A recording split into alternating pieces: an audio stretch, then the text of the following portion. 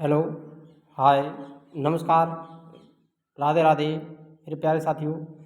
आप सभी के अनुरोध पर हमने आपके लिए डाला था क्वेश्चन में कि आप किसकी सबसे पहले टेस्ट सीरीज लाई जाए। तो अधिक से अधिक विद्यार्थियों का कमेंट आए तो सपोर्ट आया कि आरपीएससी फर्स्ट ग्रेड की सबसे पहले टेस्ट सीरीज लॉन्च की जाए। तो हम उसी के तहत आपके लिए प्रहार बैच, न्यू प्रहार बैच स्टार्ट करने वाले हैं, जो आपके लिए आरपीएससी फर्स्ट ग्रेड जीके वाले फर्स्ट पेपर के लिए इम्पोर्ट रैंक 10 रैंक होने वाला है। तो कोई भी हो, साइंस वाले हो या आर्ट वाले हो, ये टॉपिक सभी के लिए कॉमन है फर्स्ट पेपर। तो इसकी टेस्ट सीरीज हमने पहले लॉन्च की है और इसके अंतर्गत आया प्रहार बैच। तो यहाँ पर आपके लिए 30 इंपॉर्टेंट क्वेश्चन कवर किए जाएंगे। तो देखिए, पहला क्वेश्चन है यहाँ पर शैक्षिक प्रबंधन की अवधारणा एवं कार्य। टॉपिक वाइज टेस्ट सीरीज चलेगी यहाँ पर। शैक्षिक प्रबंधन स्कूल मैनेजमेंट से संबंधित जो भी टॉपिक है हमारे, वो सारे के सारे आपके लिए एक एक करके कवर किए जाएंगे। तो यहाँ से एक भी क्वेश्चन आपका बाहर नहीं रहेगा और आप अपनी तैयारी को यहाँ पर परख भी सकते हैं कि आपकी तैयारी कितनी अच्छी है। क्योंकि जून में पेपर होने वाला है, तो उससे पहले अपनी तैयारी को अच्छी तरह परखें कि आपको कितना याद है। तो यहाँ पर 30 में से आपने कितने सही किए, ये कमेंट बॉक्स में अवश्य बताना है। तो पहला क्वेश्चन है, शैक्षिक प्रबंधन में नियोजन का जनक किसे माना जाता है? शैक्षिक प्रबंधन में नियोजन का जनक किसे माना जाता है? तो कौन माने जाते हैं? उर्बिक, रायबर्न, लूथर गुलिक, प्रिट्समैन। शैक्षिक प्रबंधन में नियोजन का जनक कौन माने जाते हैं? जल्दी से कमेंट कीजिए मेरे प्यारे साथियों।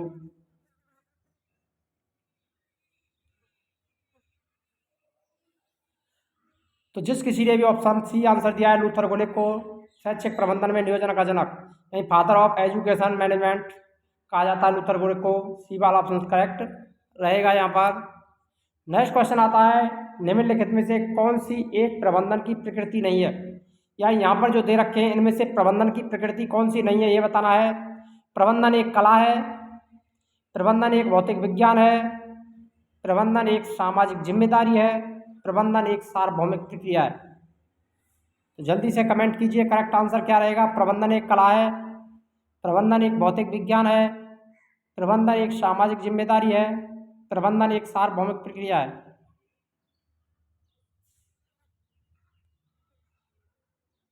तो देखिए, यहाँ पर जो करेक्ट आंसर रहेगा आपका वो कौन सा हो जाएगा, जल्दी से बता दीजिए।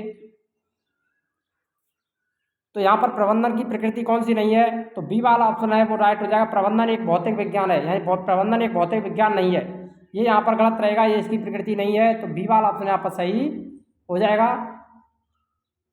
नेक्स्ट क्वेश्चन आता है, निम्न में से विद्यालय प्रबंधन के अंतर्गत मानवीय संसाधनों में कौन कौन आते हैं? यानी मानवीय संसाधनों के अंतर्गत विद्यालय प्रबंधन में किन किन को शामिल किया जाता है? बालकों को या शिक्षार्थियों को, अभिभावकों को, शिक्षक को, उपयुक्त सभी को। मानवीय संसाधनों में किस किस को शामिल किया जाता है, ये बताना है यहाँ पर। जल्दी से कमेंट कर दीजिए करेक्ट आंसर। विद्यालय प्रबंधन के अंतर्गत मानवीय संसाधनों में कौन कौन शामिल किए जाते हैं? तो जल्दी से कमेंट कीजिए मेरे प्यारे साथियों, करेक्ट आंसर क्या रहेगा यहाँ पर।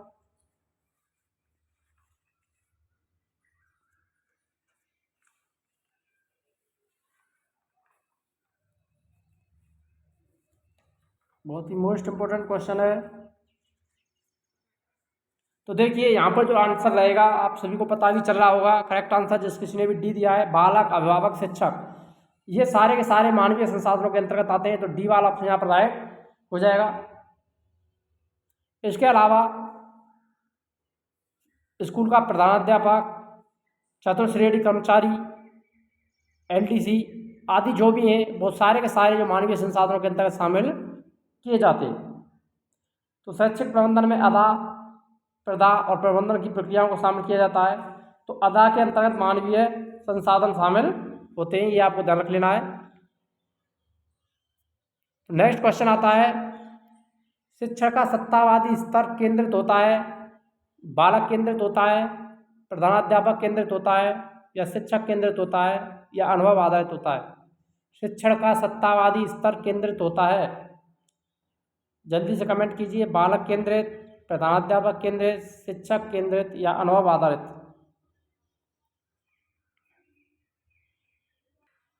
तो यहाँ पर जो करेक्ट आंसर रहेगा आपका वो कौन सा रहेगा मेरे प्यारे साथियों?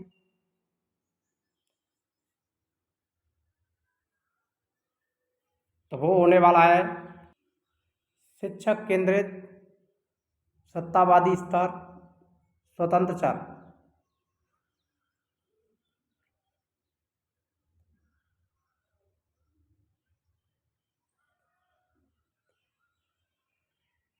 स्वतंत्र चर के अंतर्गत आएगा। बालक आश्रित चर के अंतर्गत आता है, आश्रित स्वतंत्र चर।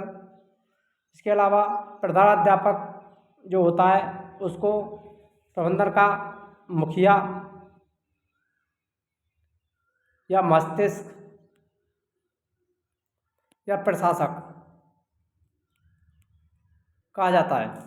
ये भी आपको ध्यान रख लेना है। तो यहाँ पर जो आंसर रहेगा वो आपका कौन सा रहेगा, करेक्ट आंसर, तो वो होने वाला सी, सत्तावादी स्तर किस पर केंद्रित होता है, शिक्षक। सी वाला ऑप्शन सही रहेगा। नेक्स्ट क्वेश्चन आता है, हेनरी फ्योल ने प्रबंधन के कितने सिद्धांतों का प्रतिपादन किया। हेनरी फ्योल के द्वारा प्रबंधन के कितने सिद्धांत बताए गए हैं, 10, 12, 14 या 16। हेनरी फ्योल ने प्रबंधन के कितने सिद्धांत बताए हैं। हेनरी फ्योल ने प्रबंधन के कितने सिद्धांत बताए हैं, जल्दी से कमेंट कीजिए, करेक्ट आंसर क्या रहेगा। 10, 12, 14 या 16।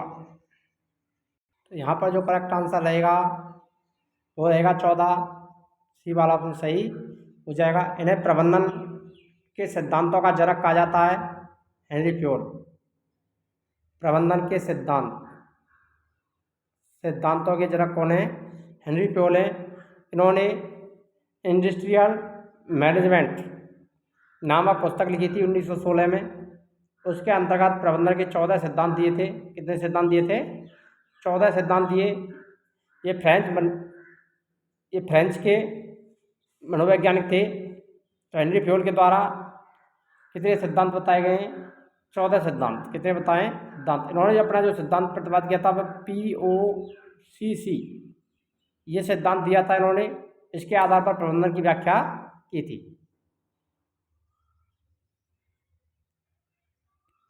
नेक्स्ट क्वेश्चन आता है, निम्नलिखित में से कौन सी प्रबंधन की विशेषता है। यहाँ पर प्रबंधन की विशेषता बतानी है। लक्ष्यपरक, सामाजिक प्रक्रिया, सार्वभौमिक, सत्तात्मक व्यवस्था या उपयुक्त सभी।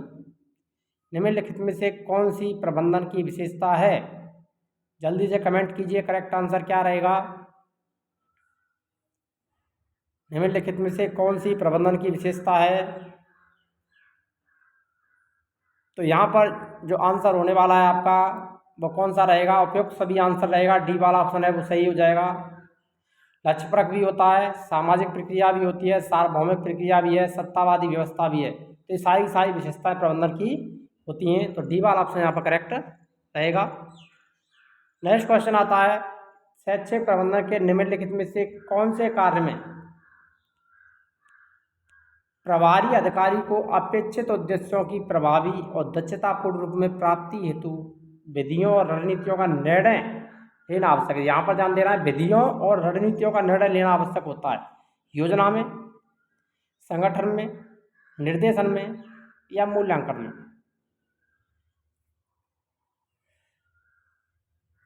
तो जल्दी से कमेंट कर दीजिए, करेक्ट आंसर क्या रहेगा।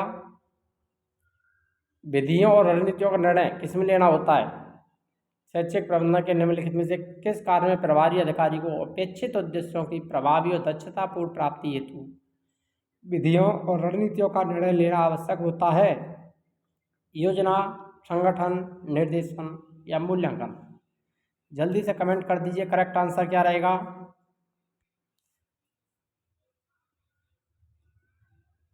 तो देखिए यहाँ पर जो करेक्ट आंसर रहेगा वो रहेगा ए, योजना में। तो ए वाला ऑप्शन है यहाँ पर राइट हो जाएगा। विधियों और रणनीतियों का निर्णय इसमें लेना आवश्यक होता है। नेक्स्ट क्वेश्चन आता है, शैक्षिक प्रबंधन अध्यापकों के उन प्रयासों में मॉनिटरिंग की वह प्रक्रिया है जिसके द्वारा वे अपने विद्यार्थियों को इस योग्य बना सकें कि। मॉनिटरिंग की वह प्रक्रिया है जिसके द्वारा वे अपने विद्यार्थियों को किस योग्य बनाएं कि यह जीवन में अच्छा व्यवसाय और स्तर प्राप्त कर सकेंगे, वे अपने ज्ञान में वृद्धि कर सकेंगे जो पूर्व में प्राप्त नहीं था, वे अच्छे अंक और अच्छी ग्रेड से परीक्षा में सफल हो सकेंगे, वे देश के अच्छे नागरिक बन सकेंगे। तो यहाँ पर करेक्ट आंसर क्या रहेगा, जल्दी से जल्दी बताइए मेरे प्यारे साथियों। शैक्षिक प्रबंधन अध्यापकों के उन प्रयासों में मॉनिटरिंग की वह प्रक्रिया है जिसके द्वारा वे अपने विद्यार्थियों को इस योग्य बना सकें कि। तो यहाँ पर ऑप्शन कौन सा सही रहेगा, तो वो रहेगा आपका डी वाला ऑप्शन है, वो राइट हो जाएगा। यहाँ पर वे देश के अच्छे नागरिक बन सकें, इस योग्य बना सकें कि वे देश के अच्छे नागरिक बन सकें, तो डी वाला ऑप्शन सही रहेगा। नेक्स्ट क्वेश्चन आता है, प्रबंधन का पोस्ट कॉर्प सूत्र निम्नलिखित में से किसने दिया। पोस्ट कॉर्प सूत्र है प्रबंधन का, वो किसने दिया था। हेनरी फ्योल, लूथर गोलेक और Urwick, George R Terry, R C Davis. POSDCORB सूत्र किसने दिया था, जल्दी से कमेंट कीजिए मेरे प्यारे साथियों करेक्ट आंसर। प्रबंधन का पोस्ट कॉर्प सूत्र निम्नलिखित में से किसने दिया था।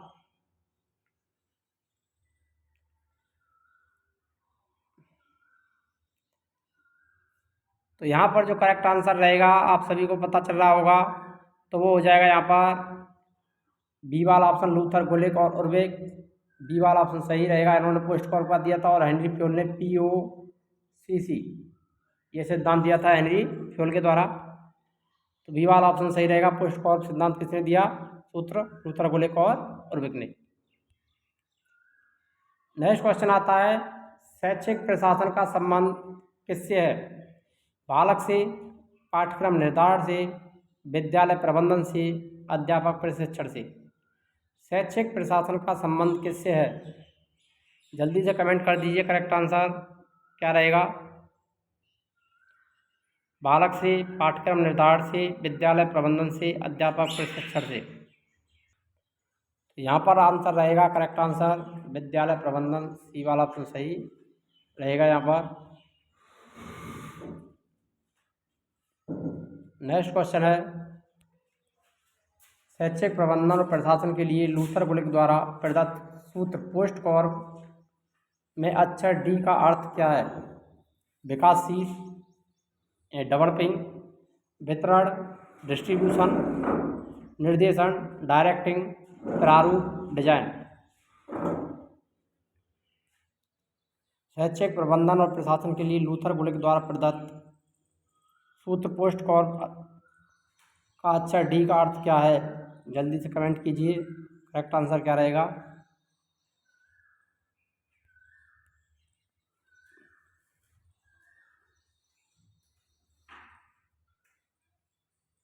तो यहाँ पर जो राइट आंसर होने वाला है वो जिस किसी ने सी दिया है, निर्देशन यानी डायरेक्टिंग। डी से अर्थ क्या निकलता है, डायरेक्टिंग, निर्देशन।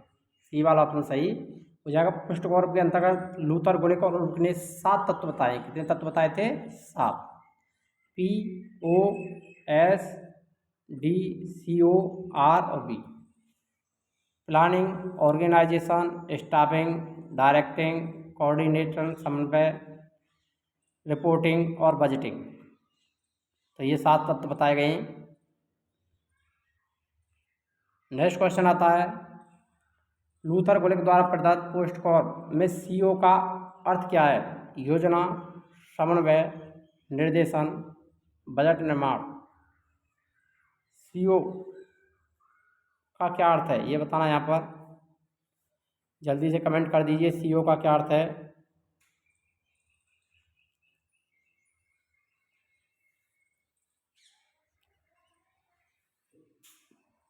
तो यहाँ पर जिस किसी ने भी आंसर बी दिया है, समन्वय, कोऑर्डिनेशन, तो यहाँ पर बी वाला ऑप्शन सही रहेगा, समन्वय।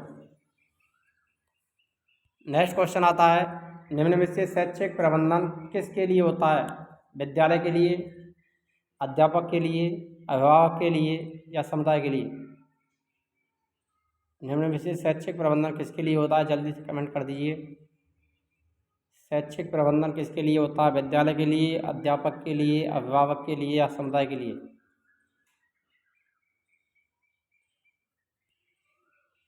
तो ये रहेगा विद्यालय के लिए, ये वाला ऑप्शन सही हो जाएगा। जिस किसी का भी आंसर ये आया है वो राइट होने वाला है। नेक्स्ट क्वेश्चन है, विद्यालय प्रबंधन समिति की बैठक होती है अमावस्या को, पूर्णिमा को, बसंत पंचमी को, रविवार को। विद्यालय प्रबंधन समिति की बैठक कब होती है, कब बुलाई जाती है, ये बताना है। अमावस्या, पूर्णिमा, बसंत पंचमी या रविवार। जल्दी से कमेंट कर दीजिए करेक्ट आंसर। तो यहाँ पर करेक्ट आंसर क्या रहेगा, तो वो रहेगा अमावस्या को, ये वाला ऑप्शन सही हो जाएगा। विद्यालय प्रबंधन समिति, SMC, स्कूल मैनेजमेंट कमेटी, यहाँ रखना विद्यालय प्रबंधन समिति, SMC, स्कूल मैनेजमेंट कमेटी का पूरा नाम है।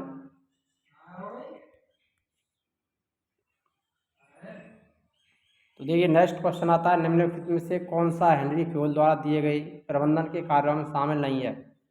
संगठन, बजट निर्माण, नियोजन, समन्वय। हेनरी फ्यूल के द्वारा जो सिद्धांत दिया गया था उसके प्रबंधन के कार्यों में कौन शामिल नहीं है, ये बताना है। संगठन, बजट निर्माण, नियोजन या समन्वय। तो जल्दी से कमेंट कीजिए करेक्ट आंसर क्या रहेगा। हेनरी फ्यूल ने कौन सा सिद्धांत दिया, हमने पहले ही बताया है। तो यहाँ पर जो राइट आंसर होने वाला है आपका वो कौन सा रहेगा, तो पहले देख लीजिए। हेनरी फ्यूल के द्वारा जो सूत्र दिया था POCC, क्या दिया था, POCC दिया था। तो यहाँ पर आपका बजट निर्माण इन बजटिंग, बी कहीं पर भी नहीं दिख रहा है यहाँ पर, तो बी वाला ऑप्शन है वो यहाँ पर राइट होने वाला है। संगठन, नियोजन और समन्वय, इसके अंतर्गत आते हैं प्लानिंग, ऑर्गेनाइजेशन, कमांड, कंट्रोल और कोऑर्डिनेशन। तो ये सारी की सारी चीज़ें यहाँ पर देखने को मिल जाएंगी, लेकिन बजट निर्माण नहीं है, तो बी वाला ऑप्शन राइट रहेगा यहाँ पर। नेक्स्ट क्वेश्चन है, विद्यालय प्रबंधन का मुख्य लक्ष्य क्या होता है। बालक का नैतिक विकास करना, अध्यापक का नैतिक विकास करना, बालक का सर्वांगीण विकास करना, अध्यापक और बालकों का नैतिक विकास करना। विद्यालय प्रबंधन का मुख्य लक्ष्य क्या होता है, जल्दी से कमेंट कीजिए।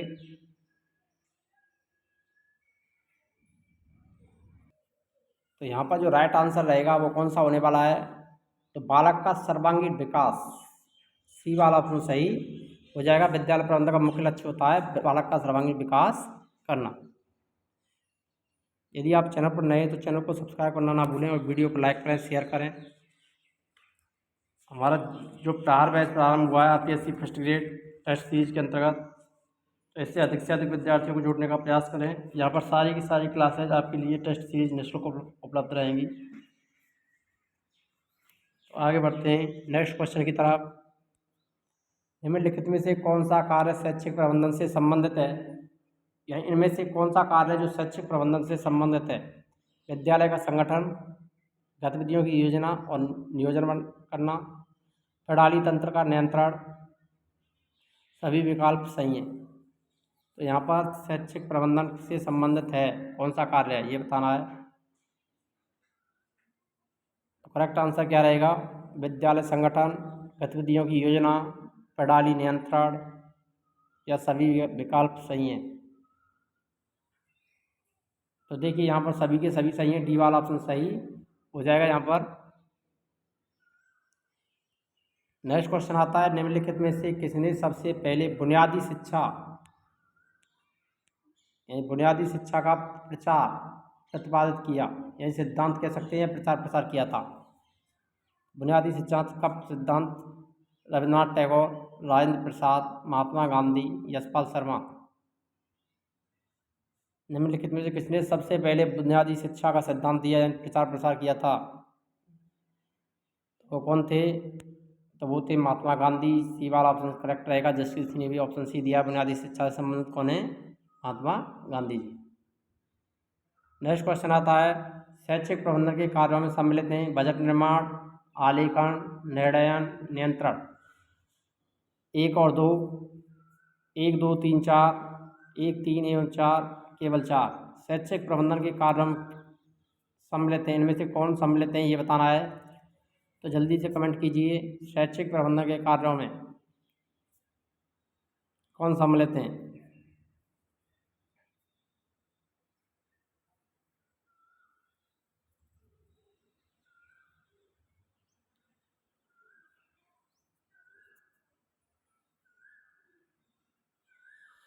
तो यहाँ पर जो करेक्ट आंसर रहेगा वो 1, 2, 3, 4 बी वाला ऑप्शन है वो सही हो जाएगा। बजट निर्माण भी है, आलेखन भी है, निर्णयन भी है और नियंत्रण भी है। तो ये सारे के सारे शैक्षिक प्रबंधन के कार्य में शामिल किए जाते हैं। नेक्स्ट क्वेश्चन आता है, निम्न में से कौन सा शैक्षिक प्रबंधन का मुख्य तत्व है नहीं है? निम्न में से कौन सा शैक्षिक प्रबंधन का एक मुख्य तत्व नहीं है? नियोजन, संगठन, समन्वय, ध्रुवीकरण।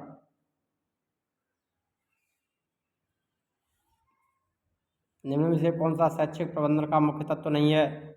नियोजन, संगठन, समन्वय, ध्रुवीकरण। तो वो नहीं है यहाँ पर ध्रुवीकरण, डी वाला ऑप्शन सही रहेगा। नियोजन, संगठन और समन्वय शैक्षिक प्रबंधन के तत्व हैं, लेकिन ध्रुवीकरण नहीं है। इनमें से प्रबंधन का हृदय किसे कहा जाता है? यानी प्रबंधन का हृदय किसे कहते हैं? निर्णय को, नवाचार को, अभिप्रेरणा को, संप्रेषण को। जल्दी से कमेंट कीजिए करेक्ट आंसर। प्रबंधन का हृदय किसे कहा जाता है? तो यहाँ पर जो करेक्ट आंसर होने वाला है वो कौन सा रहेगा मेरे प्यारे साथियों? निर्णयन, नवाचार, अभिप्रेरणा, संप्रेषण। प्रबंधन का हृदय किसे कहते हैं? तो प्रबंधन का हृदय अभिप्रेरणा को ही कहा जाता है। अधिगम का हृदय, प्रबंधन का हृदय कौन रहेगा? अभिप्रेरणा। सी वाला ऑप्शन सही रहेगा। विद्यालय प्रबंधन के लिए निम्नलिखित सिद्धांतों का कौन सा समूह सबसे उपयुक्त है? सहयोग, समानता, लचीलापन और साझा उत्तरदायित्व। समानता, अतिसंरचना, लचीलापन, नियत उत्तरदायित्व। लचीलापन, अतिसंरचना, साझा उत्तरदायित्व और समानता। सहयोग, दृढ़ता, समानता या नियत उत्तरदायित्व। यहाँ पर करेक्ट आंसर बताना, सबसे उपयुक्त समूह सिद्धांतों का कौन सा है विद्यालय प्रबंधन के लिए? तो जल्दी से कमेंट करना है। करेक्ट आंसर क्या रहेगा? विद्यालय प्रबंधन के लिए निम्नलिखित सिद्धांतों का कौन सा समूह सबसे उपयुक्त है?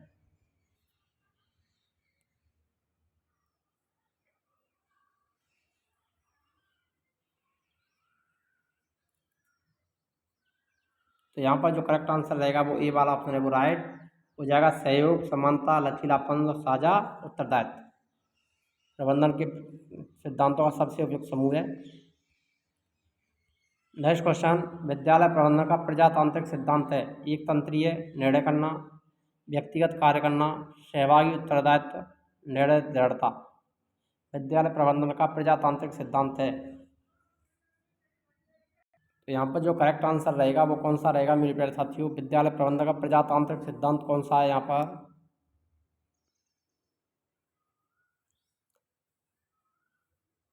तो देखिए वो रहेगा यहाँ पर सहभागी उत्तरदायित्व। तो सी वाला ऑप्शन है वो राइट हो जाएगा। ये प्रजातांत्रिक सिद्धांत है विद्यालय प्रबंधन का।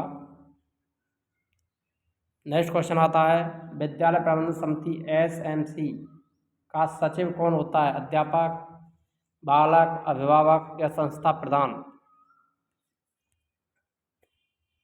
विद्यालय प्रबंधन समिति SMC का सचिव कौन होता है? School management committee. अध्यापक होता है, बालक होता है, अभिभावक होता है, संस्था प्रधान हेडमास्टर होता है। तो वो रहेगा यहाँ पर डी, संस्था प्रधान हेडमास्टर प्रधानाध्यापक। डी वाला ऑप्शन है वो राइट रहेगा। अभिभावक अध्यक्ष हो सकते हैं या उपाध्यक्ष हो सकते हैं।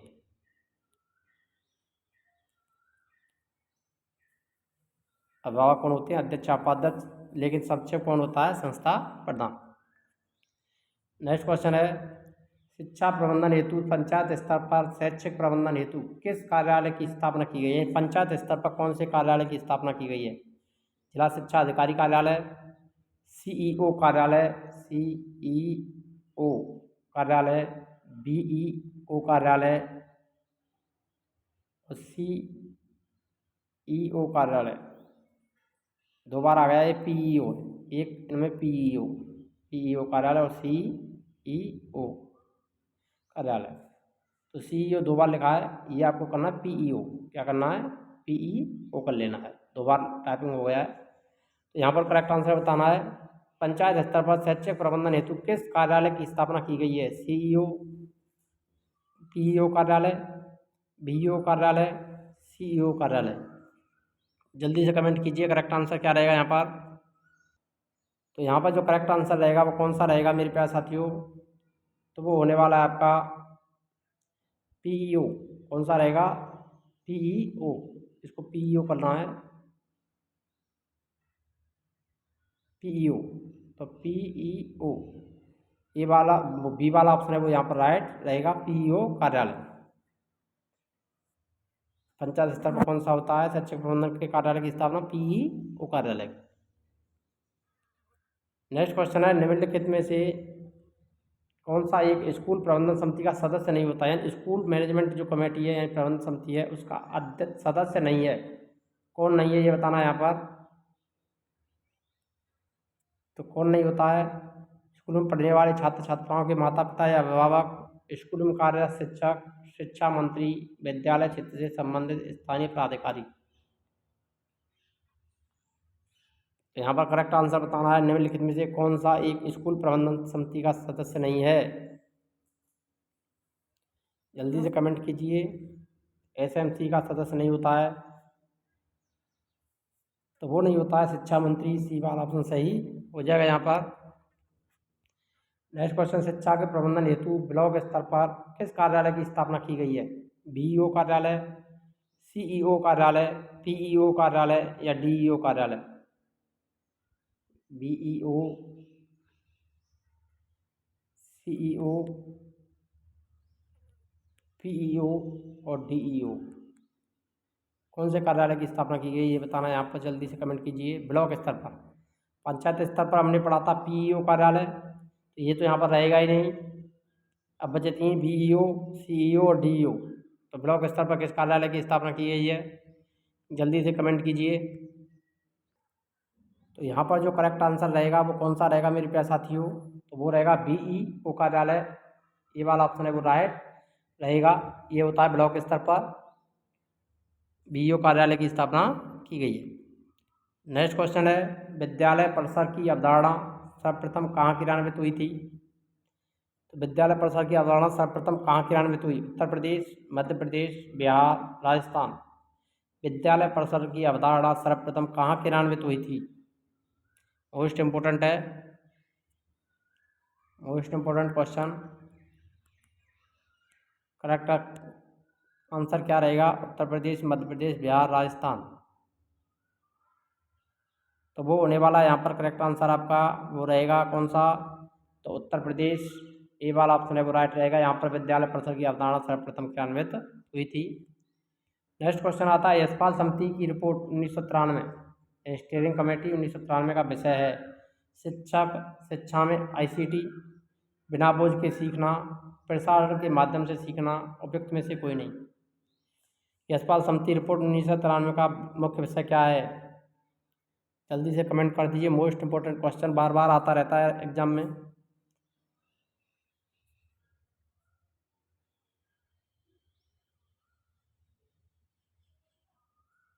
तो वो रहेगा इसका जो आंसर रहेगा, राइट आंसर वो रहेगा बिना बोझ के सीखना या शिक्षा। बी वाला ऑप्शन है वो राइट रहेगा यहाँ पर। Next question, operation black board कब चलाया गया? 1987, 88, 1985, 86, 1984, 85, 2000, 2001। ऑपरेशन ब्लैक बोर्ड कार्यक्रम कब चलाया गया था शिक्षा में नवाचार के लिए? जल्दी से कमेंट कर दीजिए करेक्ट आंसर क्या रहेगा। अंतिम क्वेश्चन है, यदि अभी तक आपने वीडियो को लाइक नहीं किया तो वीडियो को लाइक करें और शेयर करें, और चैनल पर नए हैं तो चैनल को सब्सक्राइब करना ना भूलें, और अधिक से अधिक शेयर करें ताकि प्रत्येक विद्यार्थी हमारे इस प्रहार बैच से जुड़ सके। RPSC फर्स्ट ईयर के लिए जो प्रारंभ हुआ है,